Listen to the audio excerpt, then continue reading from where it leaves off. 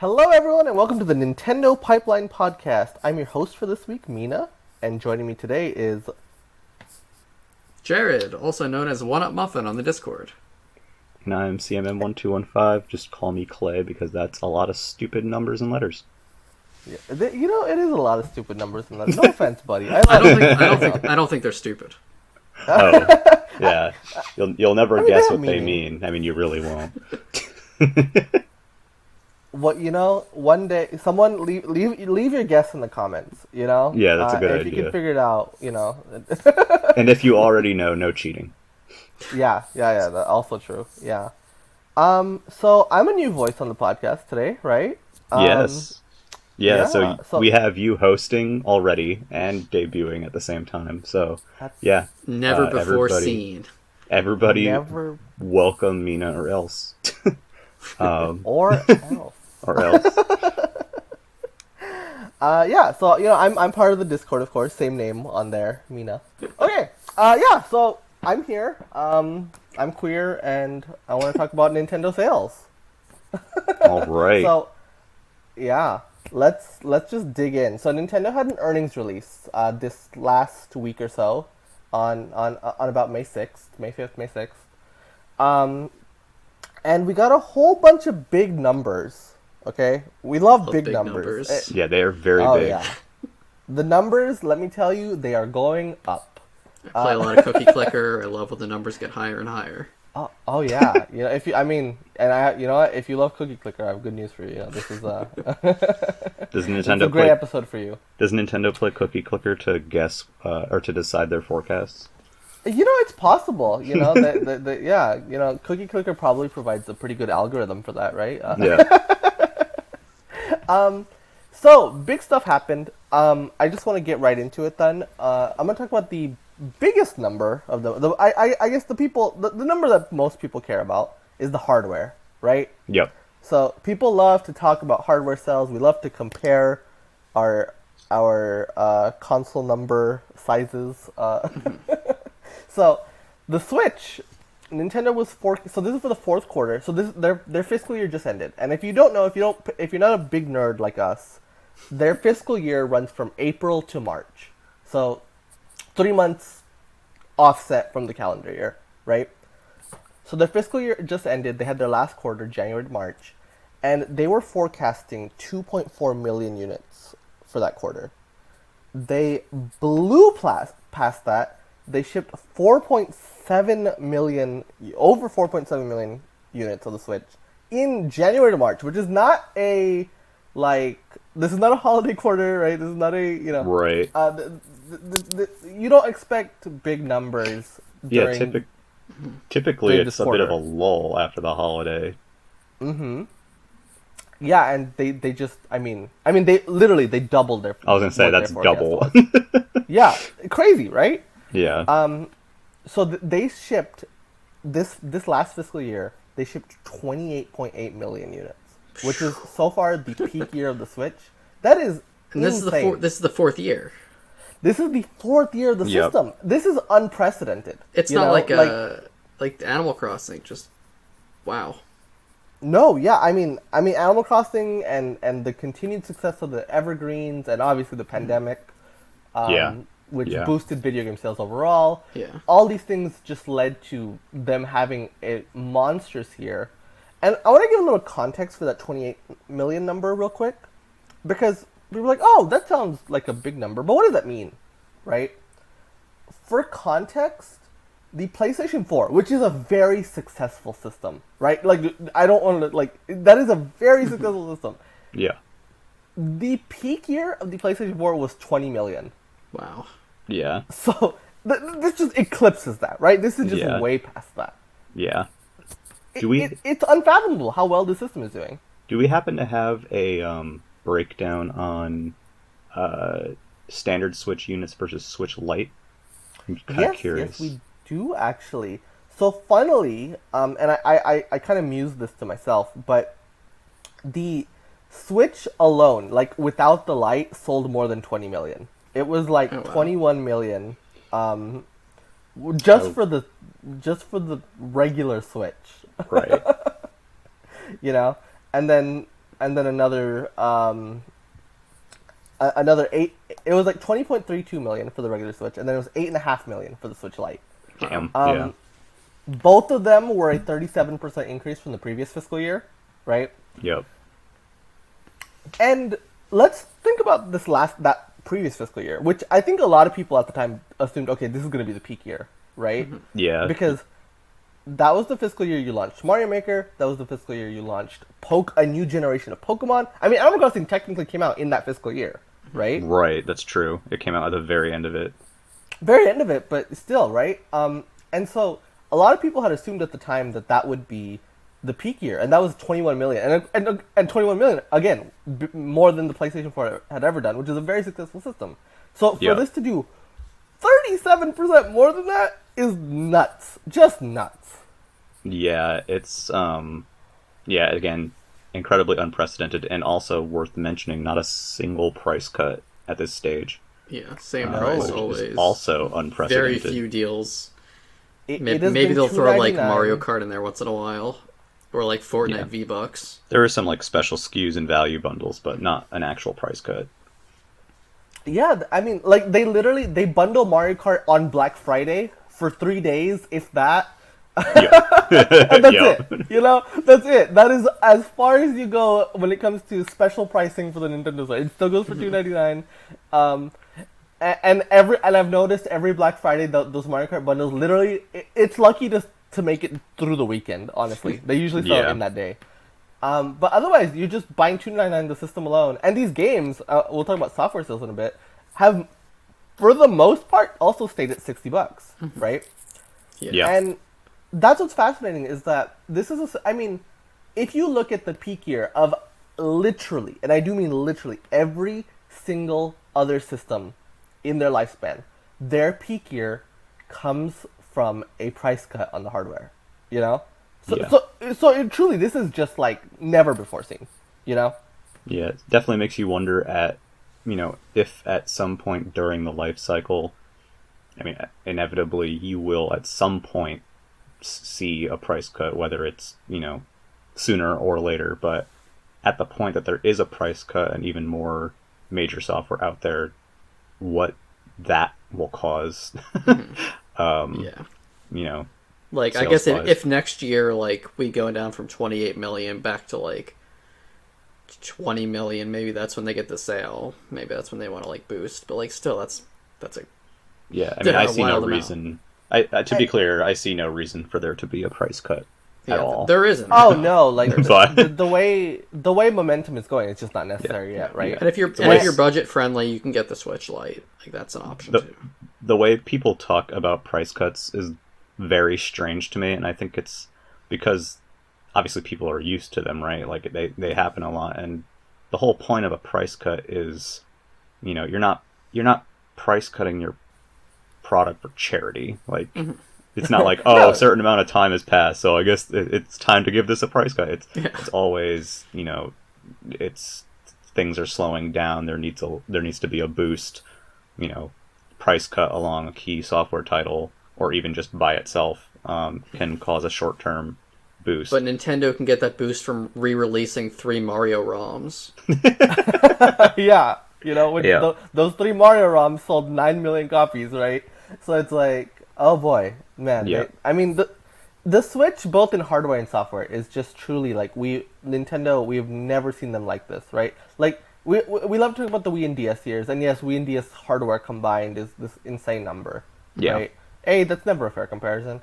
But like B, like I mean this like the only other comparable console at this point is the DS, and I firmly believe that the Switch will pass it at this point. Just with the way things are going, I really do believe that.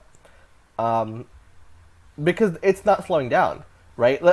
If we want to real quick talk about their forecast for the next year, it's 25.5 million, right? Right. Which is a slight decrease. Yeah.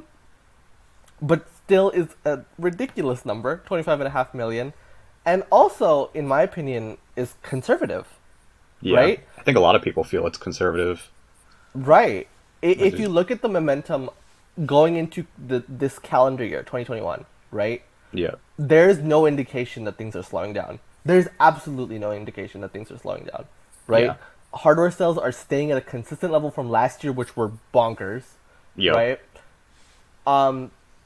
And like, you know, if we want to talk about the rumor mill a little bit, so Yep. you know, the Switch Pro, hot topic these days, right? Of course.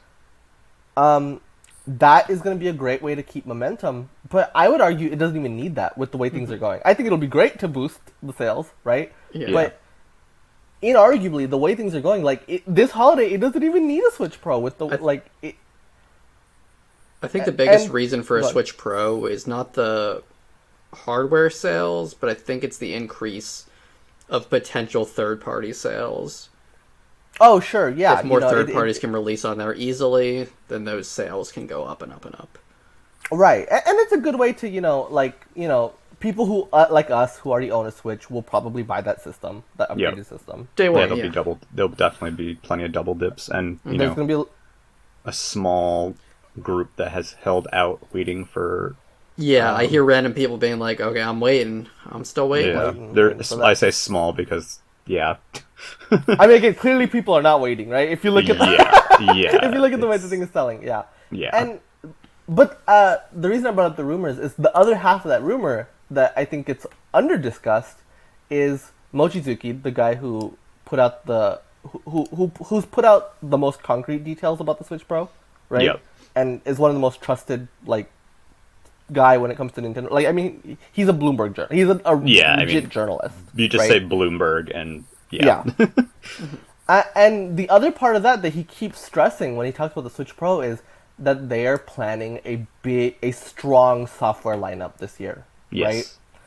And we've seen glimpses of that, right? Like, I mean, we know Breath of the Wild is on the horizon. Pokemon Legends is going to be a big game. That'll be Splatoon 3 not huge. this year, but is next year. Yeah. They're not slowing down. Yeah, Yeah. Splatoon 3 will be massive, Yeah. And like and I'm sure there's also, a lot more that we haven't seen yet either. And also worth mentioning that this first half of the year has been more stacked than it typically is. So if they're continuing to fire on all cylinders with this year, which is likely because they traditionally have major content in the second half of the year, In the second half, yeah. then yeah, damn, you know. I mean, there's plenty of games that could release this year, right? And I mean, it's worth noting we don't know anything in the second half right now after Skyward Sword besides Brilliant Diamond Shining and Pearl, right? Yep. They could really fill in that lineup at E3. I think they will really fill in that lineup at E3. Right? Yeah, that's traditionally And- when that happens. Yeah, I'm really excited Yeah. for that. And so, you know, it'll be exciting to see how they plan on keeping. I mean, definitely this. It's not. They're not. This is not going the way of the Wii, right? By Yeah, this point in the no. Wii's life cycle, like you could tell Nintendo gave up. You know, Yeah. you just could. You know, because we're going into the 5th year. Do you remember the 5th year of the Wii? It was Yeah. Mario Sports Mix at the beginning Yep. and Skyward Sword at the end, Yep. and not much in the middle. Yeah. Yeah. And Yeah. that was it. Yeah. 2011 was rough. Yeah. Yeah, but that's not what's happening with the Switch, right? That's Yeah. just not what's happening with the Switch. We have so many big marquee titles still to release that I mean they're keeping this train rolling. Yeah, we still Yeah, don't have a they are. WarioWare. Can't end a console without that. True. I mean, yeah. I mean, it's also worth mentioning too, because we're probably going to be moving into software sales shortly. In terms of million seller titles, so I'm still kind of unclear on this number. I don't know if this is cumulatively throughout the Switch life cycle or if this is specifically just software that released in the fiscal year, but there are 22 million selling Nintendo titles, but also 14 third-party million sellers, which is Wow. is an increase. I think last time it was like 7 or something like that. Yeah, I don't report. have last year's number on me on hand, but yeah, it is any game, whether it released this year or not, but if it sold 1 million within the last 12 months, basically. I see. Right? Okay. Yeah. So for example, I'm gonna bring up a game that I wasn't planning on talking about, but hey, I have the opportunity now. Link's Awakening. Link's Awakening showed up on the million sellers list for this last fiscal year. It eked out another million in the last 12 Wow, months. that's impressive. Yeah, A- great legs for A Link's top-down Zelda remake of a Game Boy game. Yeah, randomly sold another million, right?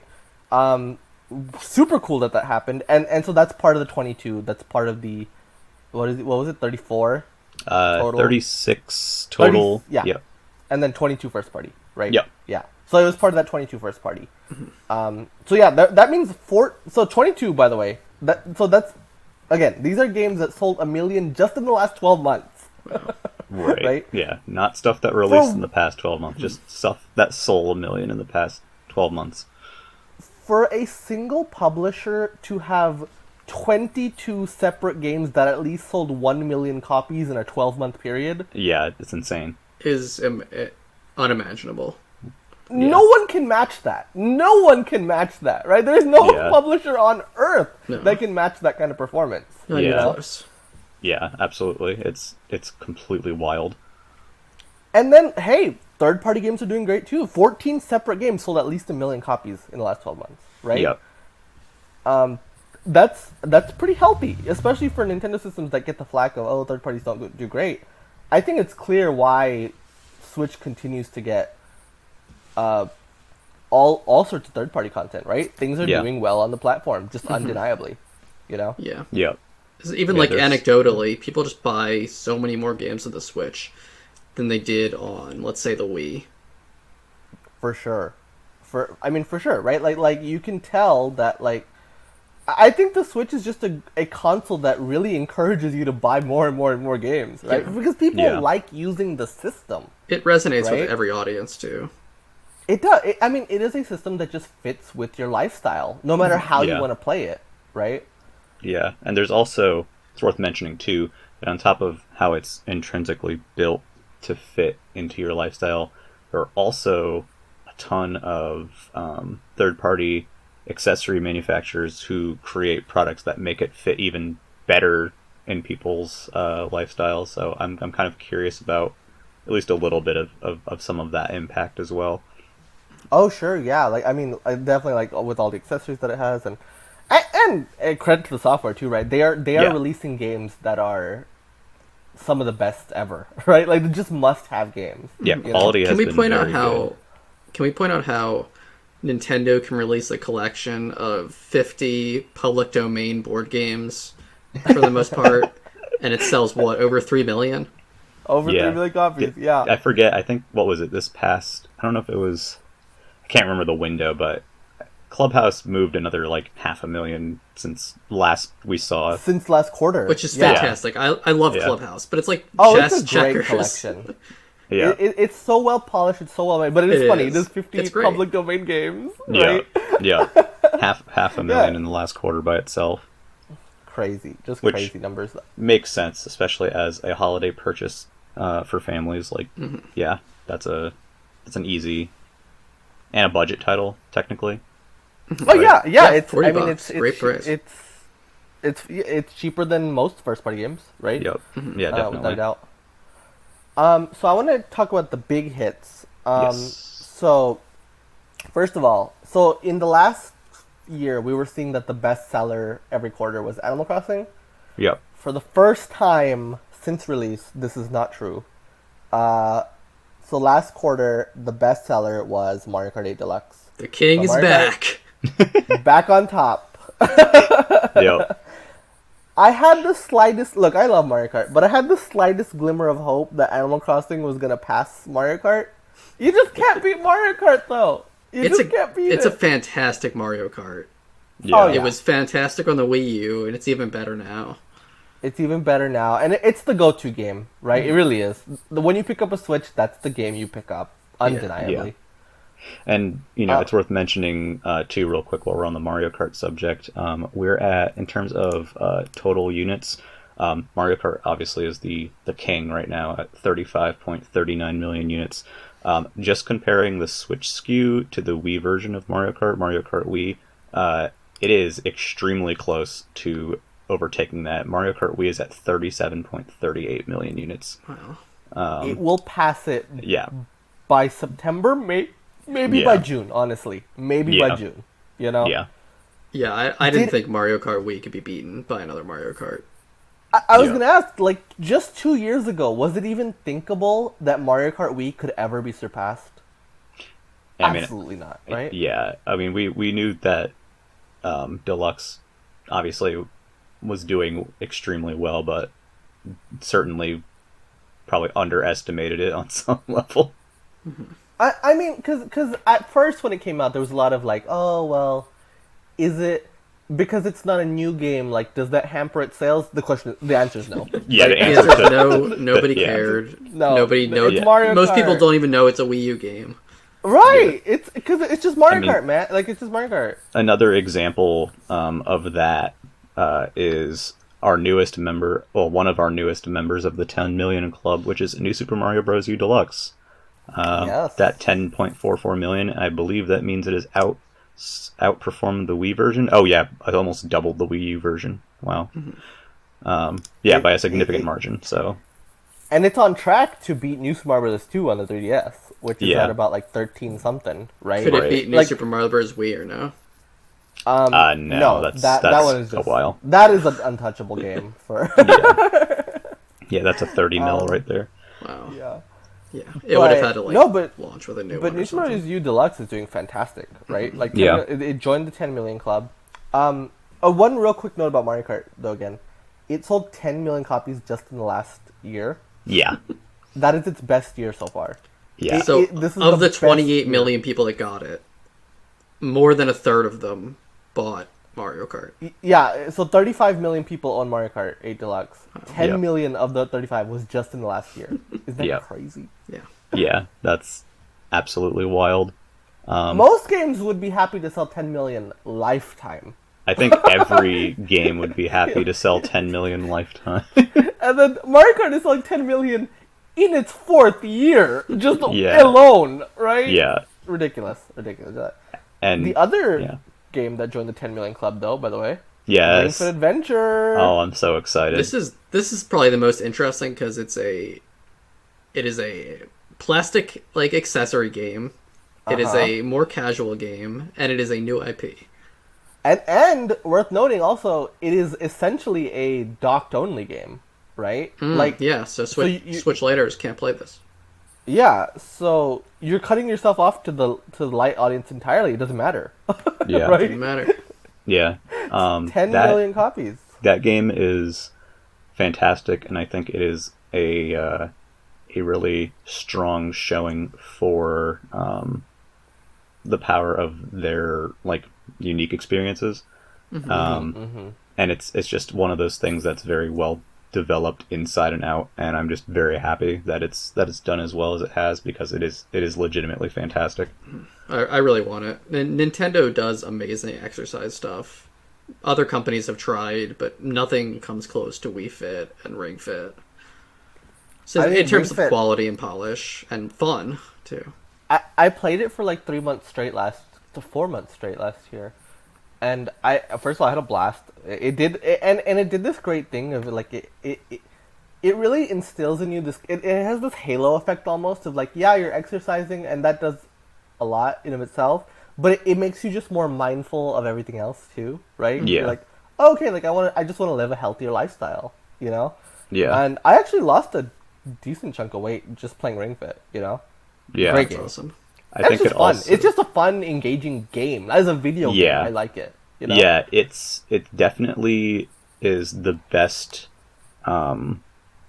iteration of an exercise game that fully fulfills itself as both an exercise, option and an actual like entertainment product. Because it's just like they nailed it. Like pretty much, they totally nailed it. And then I just want to quickly run through some of the other software that's just been doing hot. Oh, Mario 3D World just came out, sold 5.59 million copies, almost outsold the Wii U version in just 6 weeks. Yeah, that is honestly sort of hilarious. Yeah, like, just immediately. It did it real quick. Yeah. And it's tracking very strong, right? Like this is, especially for a non-holiday quarter, to sell almost 6 million copies just like that. I think 3D World is going to ultimately sell quite a bit. Yeah, I do think it's worth pointing out as well. I mean, I think everyone listening probably knows this, but the 3D World release also has probably had the most significant new content of any of the ports and re-releases that they've done so far with Bowser's Fury, and I'm sure that majorly influenced its initial performance as well. But it's still I bet most people who bought 3D World on the Wii U rebought it on Switch.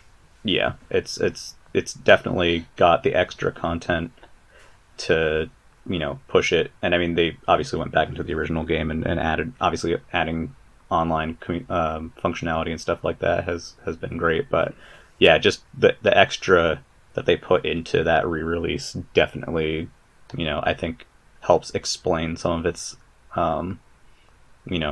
initial like tearing right out of the gate. Oh yeah, and I think, to be fair, like I think even beyond like people who own it on the Wii U, I think a lot of people just see this as a new 3D Mario game. Oh yeah, absolutely. Just like Mario Kart that we talked about, right? I think this is just a new Mario game for a lot of people, and Yeah. that in of itself is just exciting. You know? Yeah, absolutely. Especially like a different sort of type of one, and then Bowser's Fury kind of filling like the sandbox-esque kind of a little bit. Like it's a pretty solid product. For sure. And I mean, I want to give a little because we talked about the Wii earlier and how this is definitely not a Wii situation, right? Right. Like, to really hit that home, like the second 3D Mario game on the Wii sold lifetime like less than 7.5 million copies. Yeah. Right. This is gonna pass that next quarter. Yeah. That I mean, wow. Wow. Yeah. I really think 3D World is gonna end up becoming the second best-selling 3D Mario game of all time, only second to the other 3D Mario game on the same platform, right? Yeah. Would you have expected though? I mean, what a turnaround for 3D World, right? Yeah. So yeah. Was Odyssey one of those other million sellers for this year? Yes, Odyssey sold another 3.5 million. Wow. Yeah, I was gonna say I'd be stunned if it didn't. Yeah. Smash did, etc. Those are like the evergreen games. Someone asked to buy a Switch. They asked what games to get. I say Zelda, Mario Kart, and Odyssey. Well, okay. Let's turn this into a little game to do the bullet points of the next couple ones. So the top 3 sellers, evergreens, this last quarter were Mario Kart, Animal Crossing, and Ring Fit, right? Yep. What do you think 4, 5, and 6 were? Mario Party's in there somewhere. Breath of the Wild. Yeah. I'm gonna say maybe Smash Bros. Maybe Pokemon. Got it in one. Yes. So Smash Ultimate, Breath of the Wild, and goddamn Super Mario Party are in the next tier of evergreen sellers. Hey, Mario Party's good now. It has online. It has online, but it's worth noting this was even before it had online, right? Yeah. They knew. Actually, they had an inclination. I'm very curious to see if that content update, or I should say, how that content update will affect Super Mario Party's legs. Yeah, I might grab it next time it goes on sale. I wasn't considering it before online. If it sells, if the online version accelerates its sales, I'm honestly going to be upset because that means it's going to be selling better than Breath of the Wild and Smash every quarter. That's not a world I want to live in, you know? I mean, I'm fine with this. I'm fine with this world. We already know at this point that it's going to hit 20 million. So. Oh yeah, that's just an inevitability at this point. Because we're at 15 basically now, like a little under 15. Yeah, we're basically at 15. This thing sells already as it is. Like Breath of the Wild, Smash, and Mario Party average more than 1 million every quarter, right? Yeah.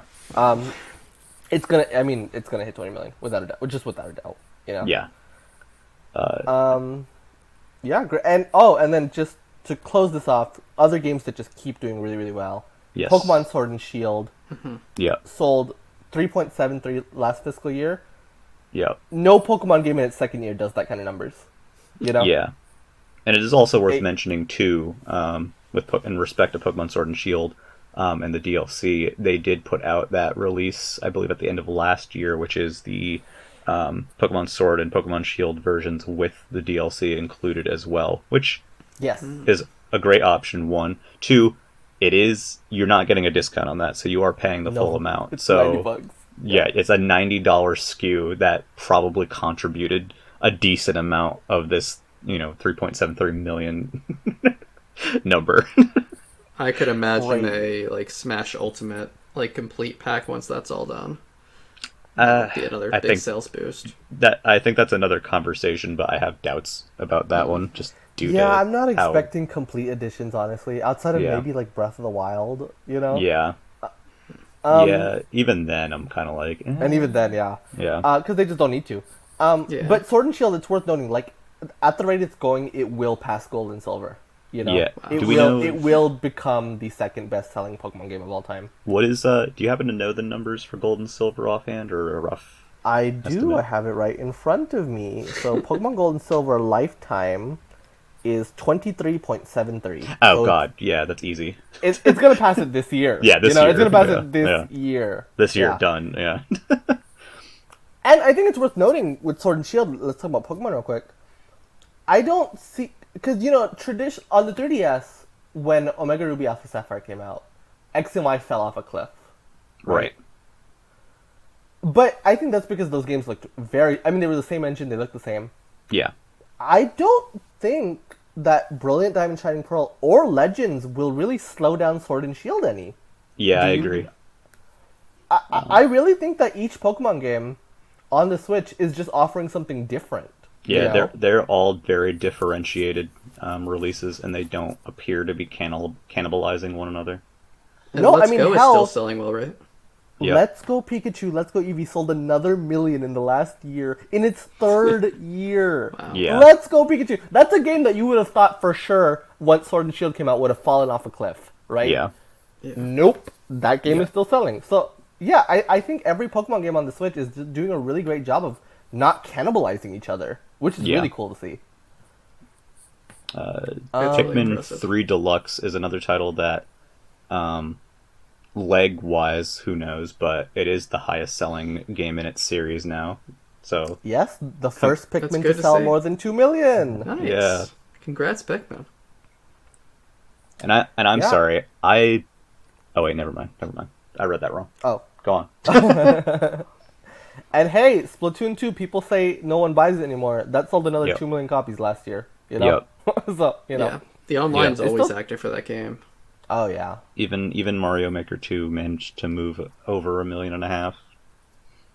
Yeah, I mean these are games that people claimed were like, oh, they're not selling anymore. They clearly are, right? If this was any other system, that would be on the upper end for the year. Yeah. It's just, Switch is just so ridiculous. It really is. Another one, too, that's about to hit 10 million, Luigi's Mansion 3. It's, like, right there. Wow. That's impressive, because that's, like... Yeah. That's next-level games, right? Yes. That's next-level games. I mean, you can tell why Nintendo made sure to keep them around, right? That's definitely their highest-selling game ever. Oh, without a doubt. I mean, and there's not that many Nintendo franchises, period, that have hit 10 million in a single entry, you know? Yeah. The list is very small. Yeah. So and I wouldn't have thought Luigi's Mansion would have gotten there. That's really impressive. No, I mean, think about it this way. Luigi's Mansion will end up selling more than any Donkey Kong game ever. You're making me sad now. I just think that just goes to show you, that's not a knock on Donkey Kong. That's just, Luigi's Mansion is just in a tier that people don't even realize now. Yeah, it's a big franchise now.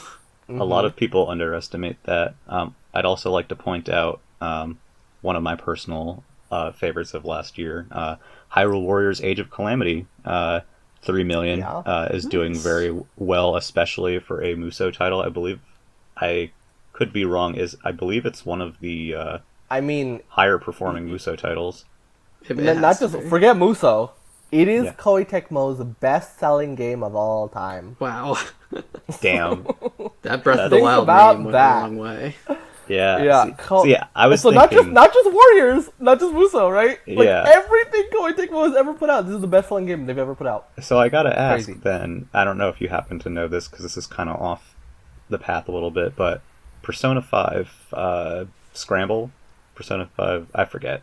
Persona 5 Warriors. Scramble. It's Scramble. How has that performed comparatively? That's actually been doing pretty well. It's like at 1 million something. I don't remember exactly. Interesting.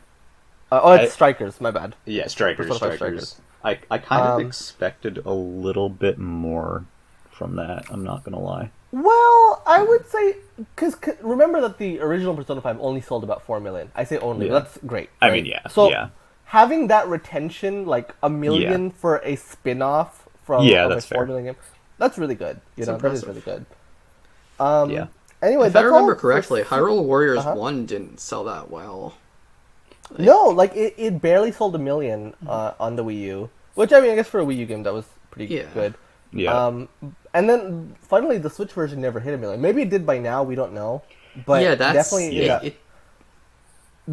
It's one of the few times that we have seen an example where the Switch version does not match the Wii U version, or largely surpass it. Which is weird because it's a great game. I really liked what I played of Hyrule Warriors. Well, do you think that kind of had to do with the fact that there was also a 3DS version? It kind of. It was just like it was that at that point. That is the third version. The third time, game. Even though it's the best version, it's people played it. Yeah, I do. I mean, I remember at the time of Age of Calamity's announcement, there was at least a small uptick in Hyrule Warriors Definitive Edition sales and interest. So I am curious to see, because I believe those are also two games in the same series that are actually very distinct from one another, and I don't think necessarily cannibalize one another. So I'm kind of curious to see how that game is performing now, but we don't really know. Mm-hmm. Yeah, I mean, we might. So every year, I don't remember at what time, the Reset Era thread on Nintendo software sales, they get a little update. I think it's like every June we'll get an update for like anything that sold $1 million published by Nintendo. Oh, okay. It is a leaked number though. It comes from right. Yeah, but they're super legit. And hey, maybe when that happens, we'll cover that on this very podcast. That'd be cool. But that's enough about sales. There's a couple other odds and ends I wanted to talk about with this earnings release before we close it off. Yeah. Okay. First of all, we talked about how great the Switch has been doing, right? Here's a stat for you. This is the best. This is the highest operating profit that Nintendo has ever seen, and also any console division for anyone has ever seen in the history of the industry. Yeah, Switch is not selling at a loss, correct?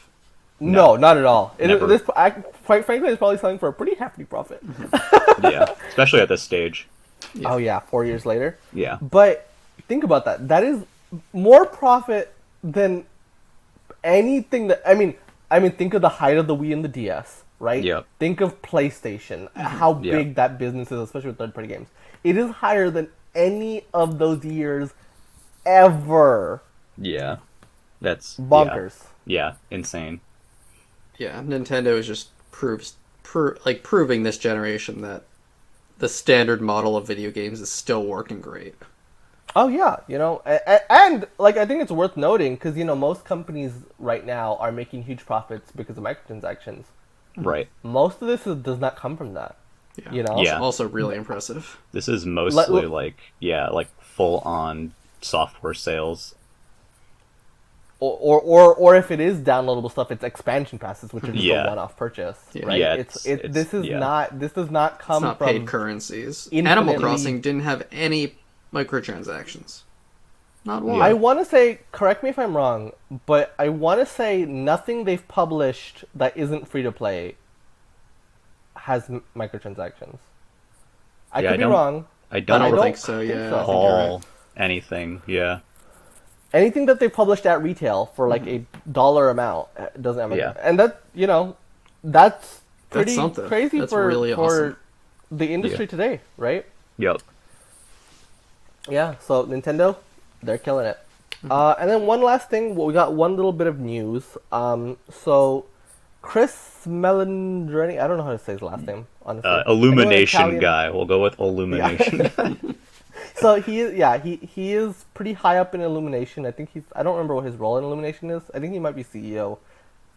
Anyway, he's a founder. He's a founder. Founder. Okay. Yeah. So Illumination. So he works for Illumination Studios, which, if you don't know, is making the Mario movie. Previously has made like the Despicable Me and Minions and stuff like that. But most importantly, to this podcast, they're making the Mario movie, right?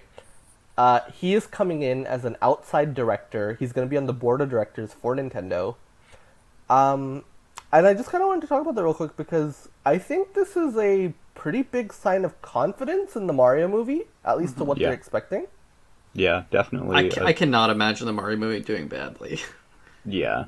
I think it's a big sign of confidence both in that and in their partnership because their long lasting, like, Mario movie is not going to be a one-off thing. No, right? Definitely not. Yeah, I'd be genuinely surprised if, say the Mario movie performs well, that it would be a one-off, And they did say recently too that they are looking into specifically animation with other IP, and I mean, that Furukawa straight up said it's not just going to be Mario. Yeah, right? And we've heard rumors of like other Nintendo media projects that like never came to fruition.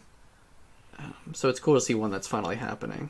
That's finally, I think this is going to be the start of a much bigger thing, right? Yeah. And I'd like to NCU. I'd like to actually read this bit, what they said in regards to his nomination, because just to be clear, he has been nominated.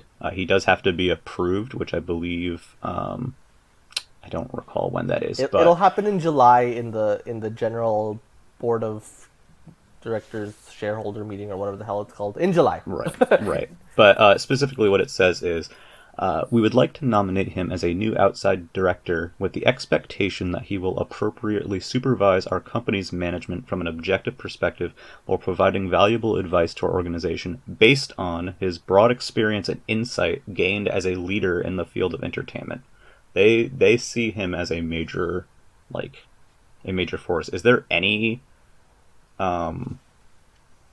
outside director previously that has been on anything besides audit or supervising capacity? As far as I know, no. As far as I know, the only people who are on the outside board of directors are like bankers and like institutional stuff like that.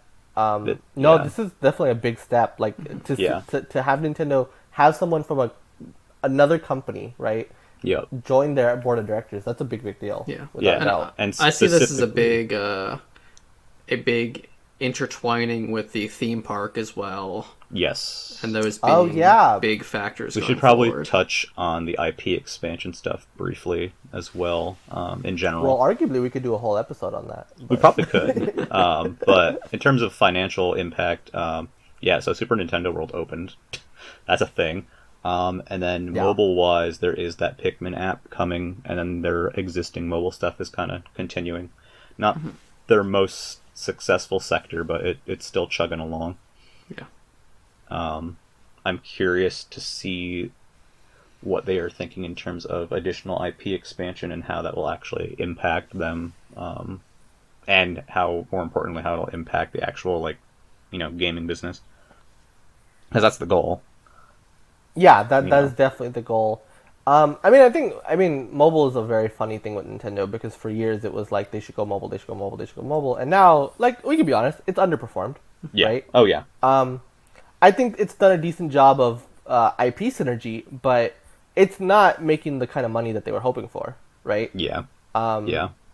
Which is worth noting. I think I don't know. I'm curious what's next for mobile. I think the Pikmin app is such a swerve from their strategy so far, right? That I almost wonder at this point, are they just doing things the Pikmin app does not seem like a we want to make billions and billions of dollars idea. It is just someone at Nintendo is passionate about walking, or living a healthy lifestyle. And so I wonder if that's going to kind of be the direction for mobile going forward, is not necessarily things that are going to rake in as much money as the Switch is, right? Definitely not. Certainly. But maybe it's just things that just are ideas that they people at Nintendo are passionate about, again, living a healthy lifestyle, right? Yeah. And stuff that just reminds you this character exists. Yeah. Right. I'd love them to promote these smaller brands. It's smaller. Pikmin is definitely smaller than Mario or Zelda or Fire Emblem. Oh, without a doubt. Getting that in front of more people's eyes and then being what's Pikmin? Yeah, I mean, I think there is this idea that, with mobile you can do smaller passion projects that are less expensive, that you can't necessarily do, on the console space, and with that like on that level. It lets people have access to Pikmin characters and IP, which means that if people do interact with the mobile game, then they're interacting with the Pikmin IP, which means they could be interested potentially into seeing other Pikmin software and Pikmin merchandise. That's kind of the idea, I think, is just to have people interacting with that IP. I could definitely see Pikmin at some point at like a Nintendo World expansion. Oh, I mean, they're already a little. They're little cameos in the park. You can find little nice. Pikmin. Yeah, they have the little hidden Pikmin throughout the park. Pikmin are cute. I was talking with a friend about Pikmin. Do you think? And she made up a really funny point that I can't get out of my head now. Do you think Pikmin cameos, like in the movies, are going to be like like the Stan Lee cameos in the Marvel movies? I would love that. That's pretty great, honestly. I think that would be funny. It's a perfect fit, right? Mm-hmm. Yeah, it's a really good, yeah. So I think that'd be really funny. I think that makes sense. We love Pikmin. They're great. Pikmin. I'm glad that Nintendo just will refuse to let this IP die, because it's such a unique and cool IP that there's nothing like it, right? Yeah. And they're just adorable. They're adorable little guys. They're adorable. But all right, I think that about covers it for this episode, right? Yeah. I just want to quickly mention. Sure. We know that this hasn't been like, we don't have solid numbers, but we know new Pokemon Snap has started strong out of the gate. Yes. And then in terms of stuff that's coming up very soon, the Famicom Detective Club remakes digitally, Miitopia.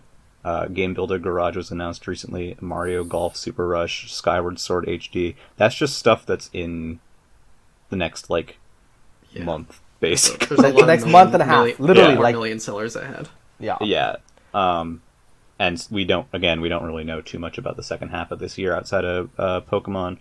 So, I think it's just very interesting how stacked that is. Mm-hmm. And the other thing, briefly, I actually wanted to touch on is so Mario Kart Live. Mm-hmm. So Mario Kart Live has moved a little bit over 1 million. It's at 1.27 million globally. I think that's the one example that I personally think is underperforming. I think it's really cool, but I feel like that has much more potential, especially as a Mario Kart IP spinoff. Like when you're moving 35 million units of 8 Deluxe, I feel like a spin-off of Mario Kart only doing. I still feel like it's pretty niche. Like remote control cars, you need to have that space, and they only includes one. So if you have 2 kids, then you got to buy 2 of them, and then it's $200 at that point. I mean, it is a higher price point, and it is a niche thing, but I still kind of feel like that has been underperforming even then, right? Like. I'm curious what their internal expectations were, I suppose. Yeah, right? That's what I'm most curious about, honestly, is what they expected. I guess I don't know how regular RC cars sell. Like that could be an amazing RC car sale wise. It's hard to compare it to other stuff just because of that element too. Like, what is considered a success in that sphere? So, I'm curious to see if it how it continues over the next year, if it has legs, if they add new characters or anything, or or if even we just see it die like Labo. Just software sales wise, I'm very curious to see if it has legs. That was just kind of the one oddity I wanted to mention. Yeah, it's definitely a weird one. But all right. That should be it for this week's episode. We want to thank you so much for listening. Muffin, I don't know if you want to give the plugs and all that on how you can find us. You can find us on I think our YouTube is called the Nintendo Era Discord. We might change that later on. Don't worry. And then you can find the Nintendo Pipeline podcast on any podcast platform of your choice. We got your Apples, we got your Googles, we got your Spotify's, etc. And you can also check us out at the blog at nintendoera.wordpress.com. Is that correct? Yes, that's right. Hell yeah. That's right. Pretty much every Friday there is an update. We have some competitions going on at the moment that will be... one of them will be ended by the time this airs, but the other one is a Pokemon Snap competition. If you want to send photos of happy Pokemon, pretty broad category, you can post them in our Discord server and blog competitions. There's much more information available on the site and elsewhere for that, but you still have another week on that. If you're not on the Discord, there is a link to it on the website. Yep. So yeah. So definitely check those out. Otherwise, we will see you next week when we talk about Game Builder Garage. Yep. Brand new announcement. So look forward to that. Peace. See ya. Peace.